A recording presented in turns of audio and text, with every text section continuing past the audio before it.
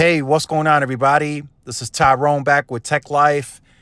And T-Mobile is making some big plays. This was unexpected, a big surprise, the news that broke earlier this morning. And it's something that we really have to look into and review because now it's no longer a speculation. T-Mobile is actually doing this. Right before I was told, hey, T-Mobile is trying to make the spectrum as contiguous as possible, but we didn't see any movement. Well, that's now happening. So these are the 14 PEAs where T-Mobile is trading DoD spectrum, the 20 megahertz, in favor of getting more 2.5 or making it more contiguous. And this is all happening through sonic wave. So big developments happening here. And I'll further explain. So you guys see the list. This is the list. There are more markets where T-Mobile is getting more 2.5 or it's getting more contiguous. But I still believe in those markets, it's just going to be a cash transaction. T-Mobile is just going to pay for the license versus trading. But these are the 14 where they are giving up DoD. I also want to clarify other markets like Chicago, LA, just San Francisco, bigger markets where they own all of the 2.5, where it's contiguous, they're not giving up DoD. They will still have DoD in those markets and C-band, of course. So keep that in mind. Just wanted to clarify that. So what does this mean and why is this such a smart chess move, if you will? As I stated in the videos this morning, this right here is just a swap. So once T-Mobile gets that spectrum, I'll use my market for an example. Currently, we are at 80 megahertz.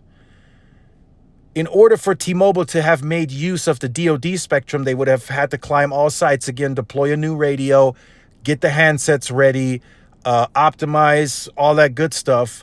And then in hopes that you are on a device that can make use of that additional aggregation, that additional band, which most phones today that are in the market can do 4-carrier aggregation. There is the S24 that can do 5, but most people won't have that device. There's going to be a smaller percentage that does have it, but most won't have it. So DoD wouldn't have made any sense to deploy this year. It would have made sense in the future from a device perspective. And you guys have heard me talk about that earlier in the year, where I was like, the limitation for T-Mobile are the devices. Well, they're giving up DoD here, which I'm totally fine with, but now we gain 110 megahertz of more spectrum. And all of it is going to be contiguous. So now we go to 190 or 180, whatever they decide to deploy, or the 140 because of interference with Mexico. Whatever it will be, it's more contiguous, it's better performing. And in these other markets like Indianapolis, Nashville, Oklahoma, Birmingham, Harrisburg, where they don't have interference issues, they're going to deploy the full 194 or 180 or whatever they decide to deploy. Huge difference in performance there. Much bigger pipelines to feed the customer on mobile, and then FWA. This is a big deal for cable to be looking at. Also, AT&T is looking at this very closely, I'm told. They went into some type of war room meeting because this is a competitive threat. This is a competitive threat for my market and others for the remaining DSL UVerse footprint, especially the ones that are very slow. I posted one this morning on X, 10 megabits per second. FWA for T-Mobile with 180 megahertz beats that all day long. Now, of course, they're not going to come in and take the entire neighborhood, but they will take additional slots with this additional spectrum.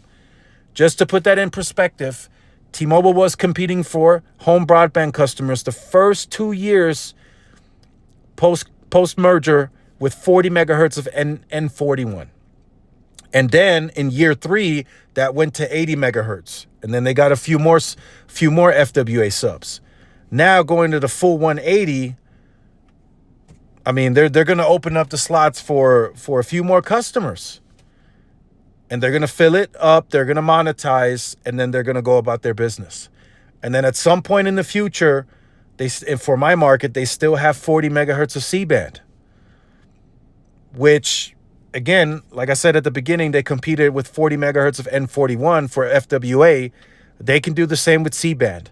They can compete. And once they can aggregate 40, 180, AWS, PCS, that should give them a lot more capacity to further compete where they see fit. It's up to them. It's their calculations. It's what they're running. Again, big deal, a big play, and the future looks bright.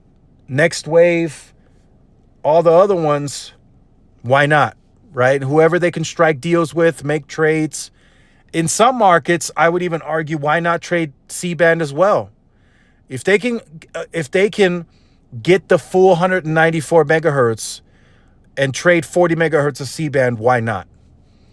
Right? I'm not saying that that's happening. I'm just saying if that were to come up in discussion, why not? Right? 40 megahertz, that's good to have, but I'd rather have the entire 194 megahertz versus just 40, especially in markets where you can only do 40 megahertz, 60 megahertz of N41, if you guys catch my drift. So better performing, better network. We'll see what happens. I will see y'all in the next one. Peace.